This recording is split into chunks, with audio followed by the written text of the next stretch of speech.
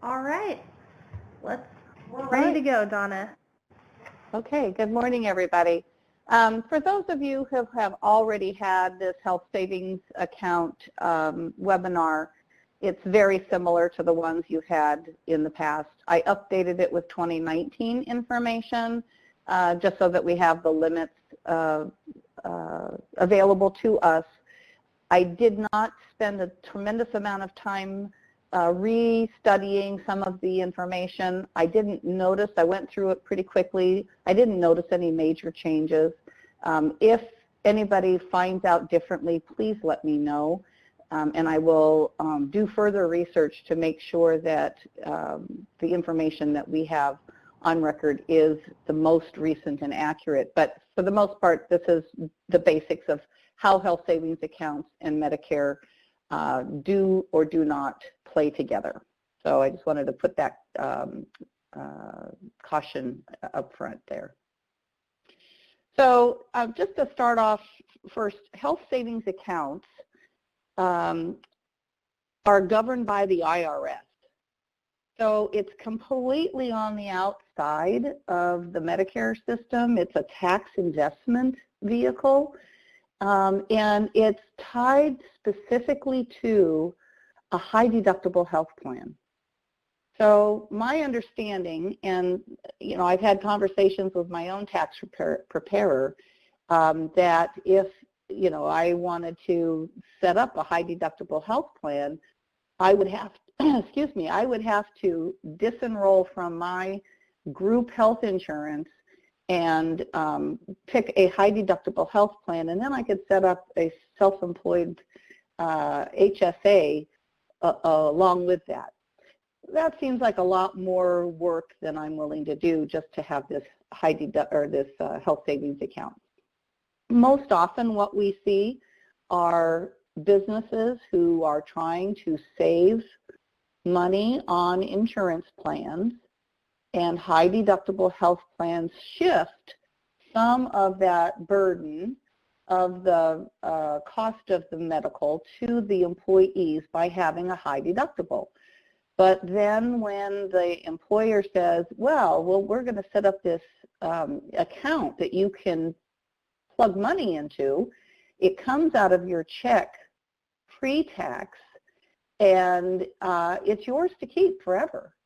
It never goes away. You own that account, but if you use it for anything other than medical expenses, now you run into some penalties, possibly tax consequences, et cetera, et cetera. So by and large, the health savings accounts themselves are owned by the individual under which the name is being contributed, and they are able to use that money for medical, dental, qualified expenses, and we'll get into what qualified expense is later on, and it's theirs until that account is exhausted. It gets to be invested, so you can earn interest on this particular account. So that's kind of where we're coming from this whole health savings account arena, is that yes, it's designed to help with the expenses, but it really is an investment account, and it's owned until the investment account is exhausted. Eligible individuals are people who are in a high deductible health plan, and they are not enrolled in Medicare in any way, which means they can't have premium-free Part A. We often see folks come to us for counseling, and we ask them, well, are you actively working? Yes. Are you covered by an employer group health plan? Yes. The follow-on question is that employer group health plan a high deductible health plan? And are you or your employer making contributions to that health savings account associated with a high deductible health plan? So if they are, we need to have a kind of a separate conversation with our beneficiaries, because for the most part, Social Security will tell folks, go ahead and enroll in premium-free Part A. It doesn't hurt. And in this particular circumstance, it really can have a detrimental effect on the employee and their family member if it's a family. Contributions are made at the family level. So in 2019, if someone is making contributions or an employer is making contributions to a health savings account, and that person is an eligible individual, they're in that high deductible health plan and they are not on Medicare, the individual limit is $3,500, and then the family limit is double of that, $7,000. Now there are some provisions that say, gee, you know, I really wish I had had access to contributing to this health savings account a lot sooner. I would have plugged a lot more money in there. There's a catch-up allowance. IRS allows people who are at age 55 or older to increase those amounts by $1,000 a year. So instead of the $3,500, it's going to be $4,500, and instead of the $7,000, it's going to be $8,000 or $9,000 if both people are participating. When you turn 65 sometime during the year and someone is considering enrolling in Medicare, even if it's just premium-free Part A, now if they do enroll, they are no longer considered an eligible individual. And why would that be? Well, they have the high deductible health plan. That's not the problem. But the rules say that you can't be in any other insurance product that's major medical. You can have, I think I have this on another slide. Let me go forward. You can have an indemnity plan. You can have a specific, like an Aflac cancer policy. You can have other dental insurance. But as far as major medical, you cannot have a major medical policy other than that high deductible health plan, because that's what's qualifying that individual or that family for the health savings account. The other thing that they can't do is they cannot be considered a dependent on somebody else's tax return. So in terms of if we're covering under age 26 on the high deductible health plan, they would have to have their own coverage. So that's why there's only like two people, a husband and a wife, as opposed to an adult child up to age 26. So if they were the employee or the spouse of the employee, they could be contributing, but not as a dependent on their parents' tax return. I'm going to look and see if we have any questions. No questions so far. Okay. So that's what eligible means in this context. Some employers recognize that, gee, we have workers that are over age 65 who may want to enroll in Medicare, and now we have to change how we treat those who are over 65 and enrolled in Medicare and those who are 65 or older and not enrolled in Medicare. So what the IRS came up with was something called a health reimbursement arrangement. So this would come into play when somebody is 65 or older, still working, they want to be in Medicare for whatever reason, but now they're no longer eligible for the employer to contribute to that health savings account. The employer instead can continue to fund some of the money to help with that high deductible, but it's put into this other arrangement called the health reimbursement. And this particular account is not owned necessarily by the employee. It can go with them if they're going to change a different employer or a different insurance product offered by their current employer, but they don't get to add to it. They're not making contributions out of their check. It's not an investment vehicle. They're not going to be earning interest. It could be combined with some other types of medical reimbursements like flexible savings accounts. We have flexible savings here in our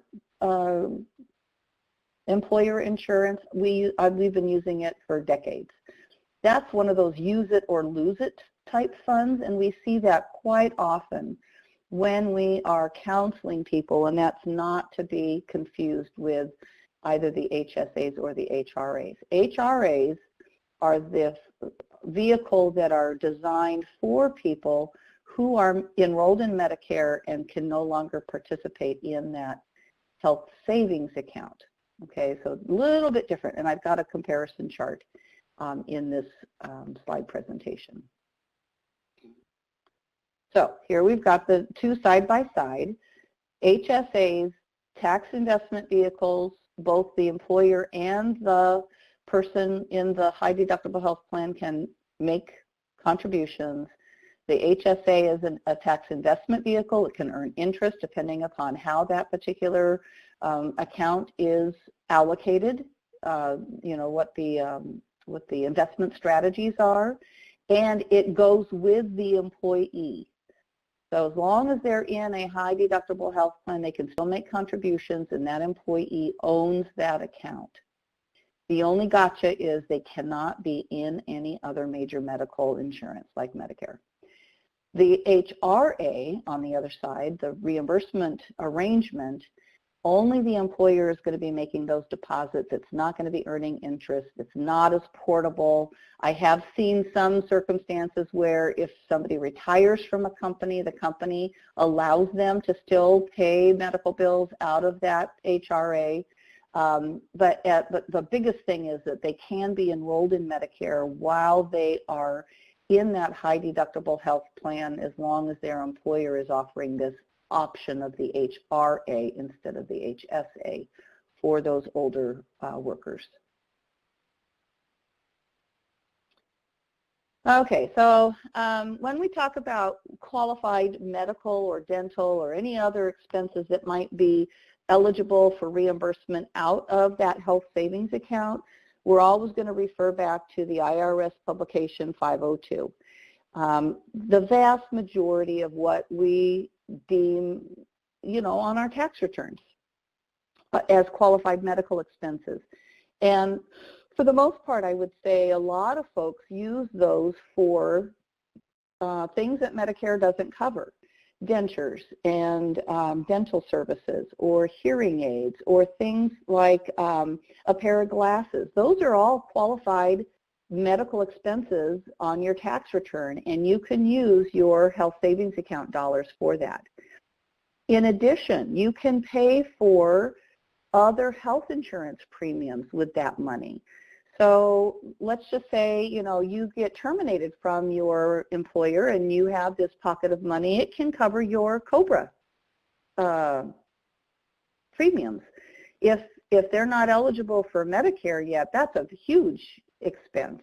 But, maybe if they want to have that Cadillac coverage for a little while after their jump into Medicare, they can have Medicare as their primary and COBRA is their secondary, possibly. I would defer back to a tax professional, but I'm pretty sure that that's the case.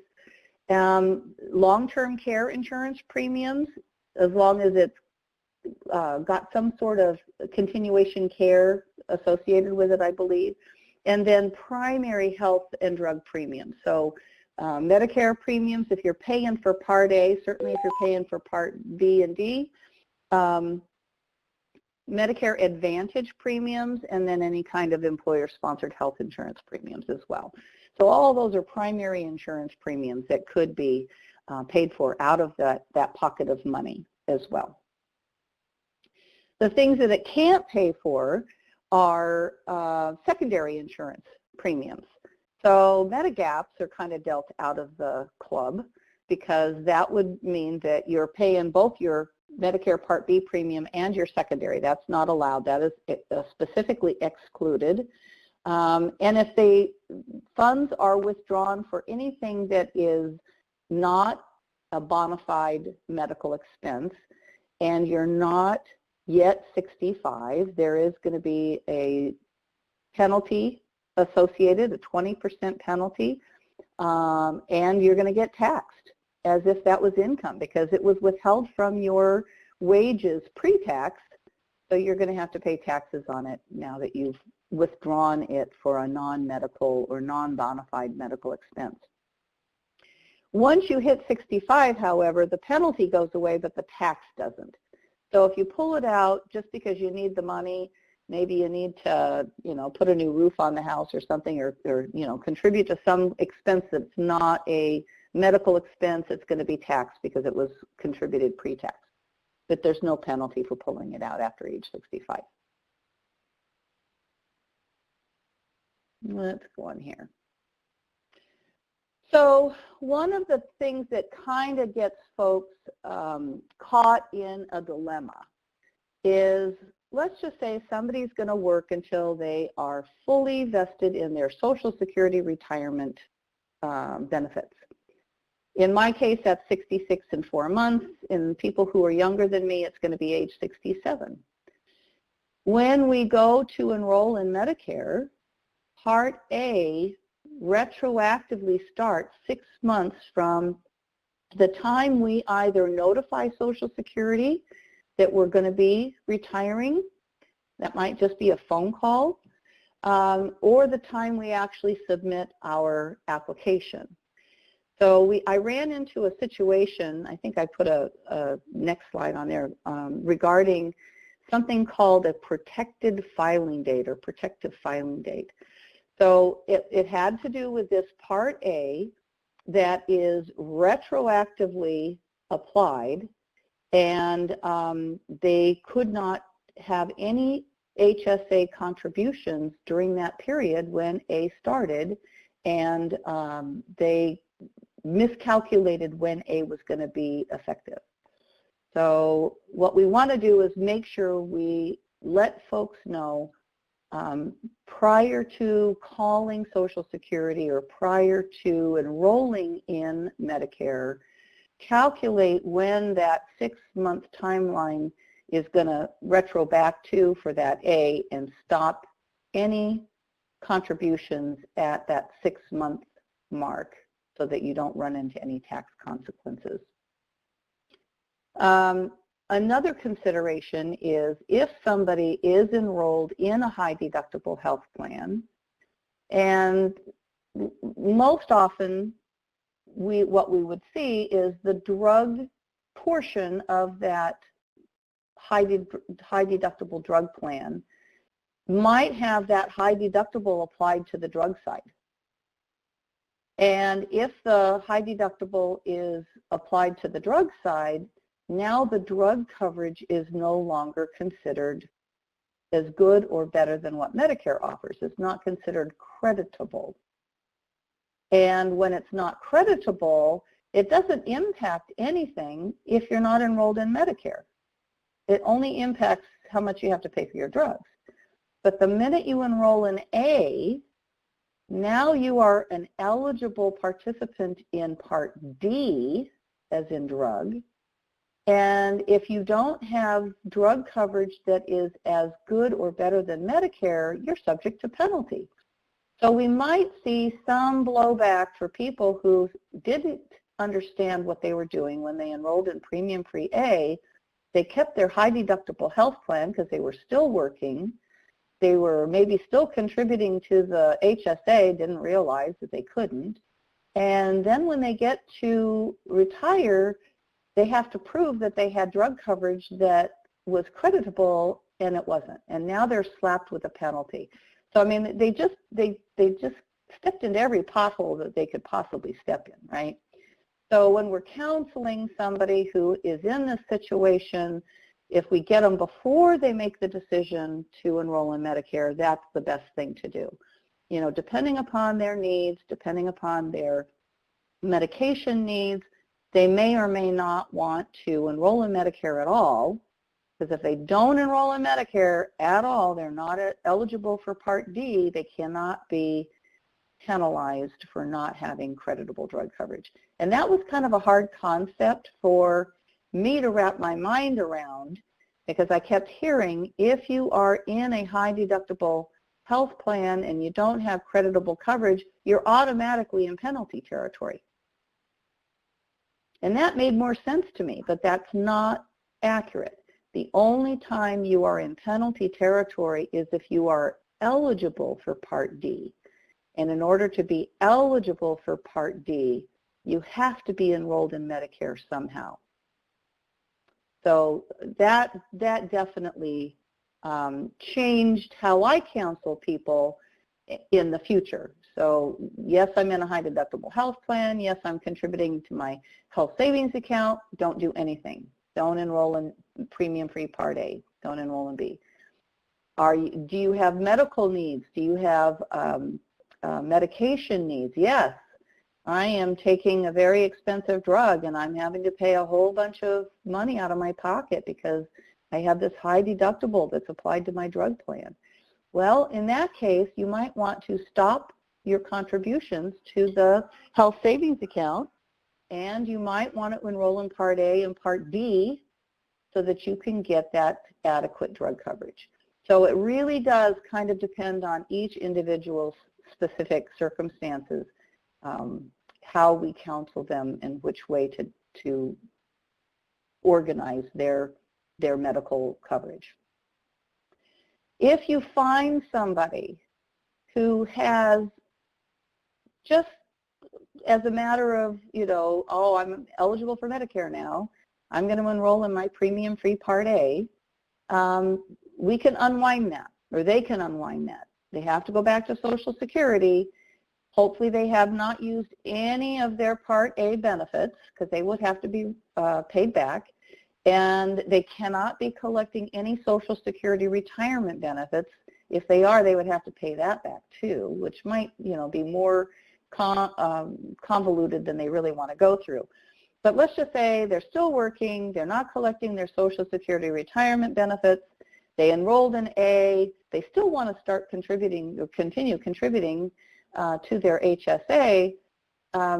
Going back to Social Security and unwinding that A can be done so that they don't run into any kind of a tax liability or penalty based on that Medicare enrollment. So just so people know that they can undo that enrollment is helpful, especially if they are, healthy and they want to continue working and they want to continue contributing to that HSA, and that would work well for them. This is the slide I was referencing. Part A is retroactive up to 6 months. The situation I had with this protective filing date, you could probably Google protective filing date. In fact, I think I may have in the handouts included some information on that. My case scenario is my gal called. She knew about the don't contribute to HSAs after your Medicare begins, and she was going to retire July 1.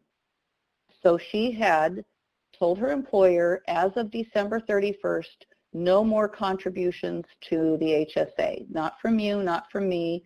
I'm going to retire July 1, and I'm 68 years old, so my A is going to retro back to the 1st of January. Everything looked good.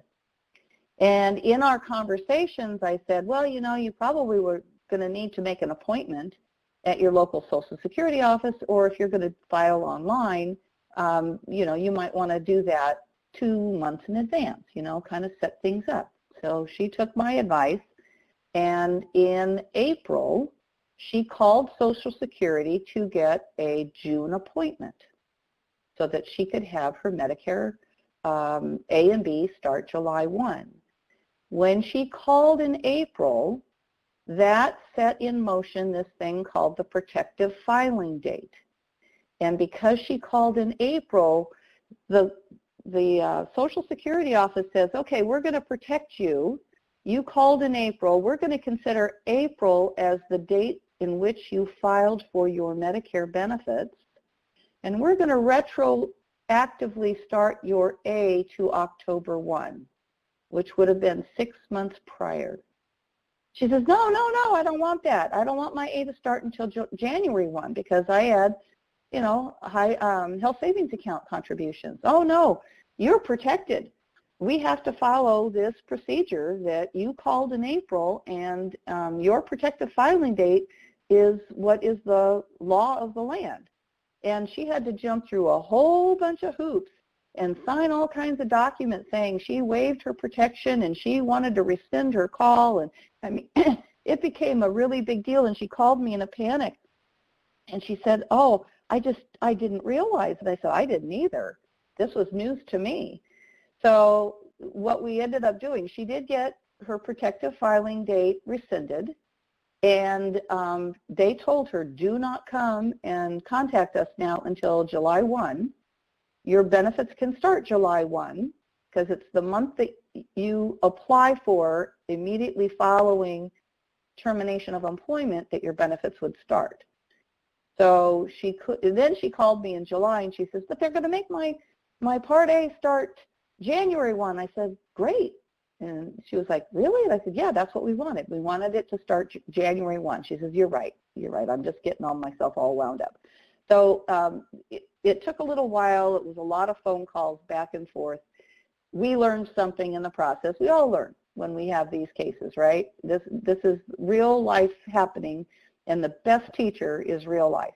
So just keep in mind when you're talking to your clients, if they are over the age of 65 by more than 6 months, whenever they start that process with Social Security, that protective filing date is going to come up, and their A is going to be retroactive from that date 6 months. And that is what might cause some grief if they're still contributing to a health savings account, or their employer is still contributing to a health savings account. Let's see what we got on the next slide. Yes, employers are often unaware of these rules. I've had several circumstances where I've had folks retiring over the age of 65. They're getting ready to enroll in Medicare, and they whip out this card and they say, okay, here's my current employer benefits, and right on the card it says high deductible health plan with HSA. And, you know, they've been enrolled in A for 2, 3, 4 years. And the employer didn't know that they were either enrolled in A, or they didn't know that they should have told them not to enroll in A. So anytime you have an opportunity to educate employers, I think that's good, or you can refer that to the state office. We are happy to educate employers.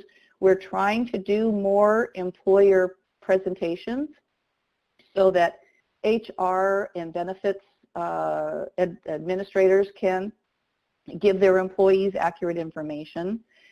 The other thing that I have found that is a little bit more concerning too is a lot of the documentation refers to age 65 as the disqualifier. If you are age 65 or older, you are not a eligible contributor, and that is not how the IRS rules are written. The IRS rules are written specific to enrollment in any other major health insurance program like Medicare. We have lots of people who don't enroll in Medicare at 65, and they're still eligible. So when you see something that references to age 65, they're trying to clean a lot of that up, and I'm talking official CMS documentation. It is not correct. It is Medicare enrollment or other major medical enrollment that is the disqualifier. It is not an age thing that is a disqualifier. The third bullet there, Social Security does not inform or question people. That is absolutely correct. The training that they have had is if you're eligible for premium-free Part A, there is no harm in enrolling in it. And that is the party line. They don't ask follow-on questions on whether or not somebody is contributing to, or their employer is contributing to, this tax investment vehicle that prohibits enrolling in a premium-free Part A. So we just need to make sure that when we are asking these preliminary questions of folks that are thinking about coming onto the Medicare program and they're still working, the follow-on question to are you still employed and have group health coverage, are you enrolled in a high deductible health plan, and are you or your employer contributing to a health savings account? And I can't tell you how many times, I say it just because it's part of my routine now, but it always surprises me when someone says, yes, I am. I am enrolled in a high deductible health plan, and yes, I am contributing to a health savings account. And I kind of like, oh, okay, well, yeah, no, you can't do that then. You can't enroll in Medicare if you want to continue doing that.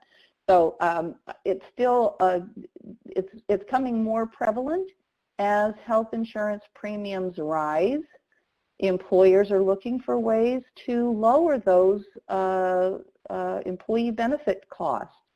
And so we are seeing more and more high deductible health plans in the employer benefit arena, and as a way for folks to offset some of that high deductible, employers are constructing these health savings accounts to help employees sock away a little bit of money. I had a young couple come to me. They were in their late 20s, early 30s. They're friends of the family, and they wanted to understand their health benefits, and the husband works for Intel, and we had a full-on conversation about contributing. They're young, they're healthy, they could contribute to a health savings account for a long time, and they would have a nice nest egg by the time they retire that they could pull from for a lot of their out-of-pocket medical expenses. And this would be one way to offset some of the higher costs of maybe a supplement in the future, or they would have a pot of money that they could use to pay for some of their out-of-pocket medical expenses. I think that's all I got, folks. So I'm sure some of you have had your own experiences with folks that may be enrolled in high deductible health plans, and they or their employers are contributing to health savings accounts. I welcome, we can unmute the lines. We don't have that many people that are on the call that we can't open it up for questions, or you can just post your questions in the chat section.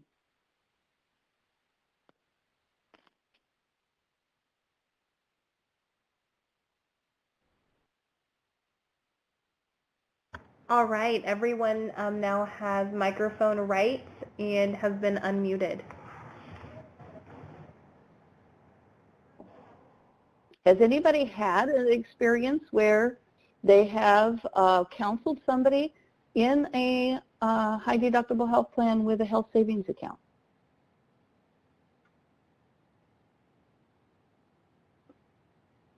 Okay.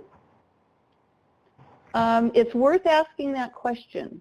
If it's not part of your initial questions for your counseling, it's worth asking the question. I think that you will find that it is more common than you expect. I know that's what my experience has been, that it is more common than I expected.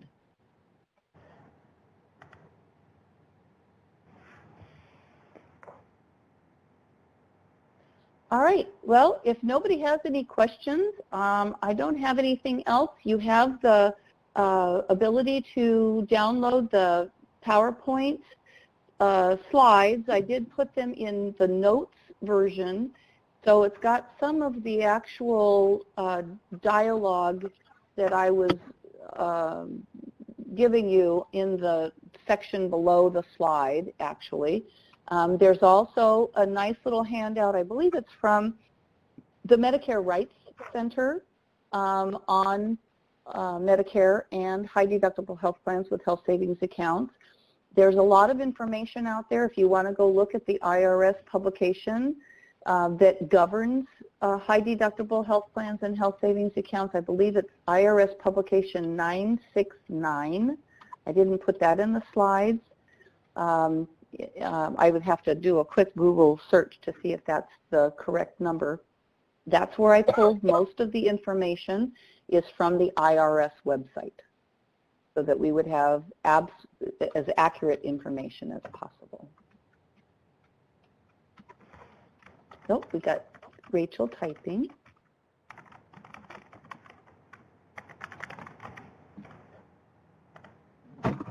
Okay, so she does ask the question for health savings accounts, and that's good. That's a good question to ask.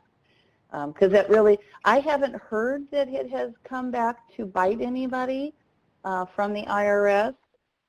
But, you know, for people who like to sleep well at night and don't want to wait for that other shoe to drop, it's probably a good thing to know that, you know, you're playing by the rules. If you're not playing by the rules, they do occasionally audit people, and they can come back and impose those penalties and tax consequences if you did not, if you participated and you were not eligible. All right, well, thanks everybody. It was a pretty short session without any questions. You still will get a full hour of credit for this, and if you have a question that comes up later on, feel free to email me and I will do my best to answer as quickly as possible. Yes, thank you everyone for your time today in attending our monthly enrichment webinar. And if you have ideas for future ones, please shoot Donna or me an email so that we know and can plan to accommodate. Thank you so much for everything you guys do, and I hope that you have a wonderful day.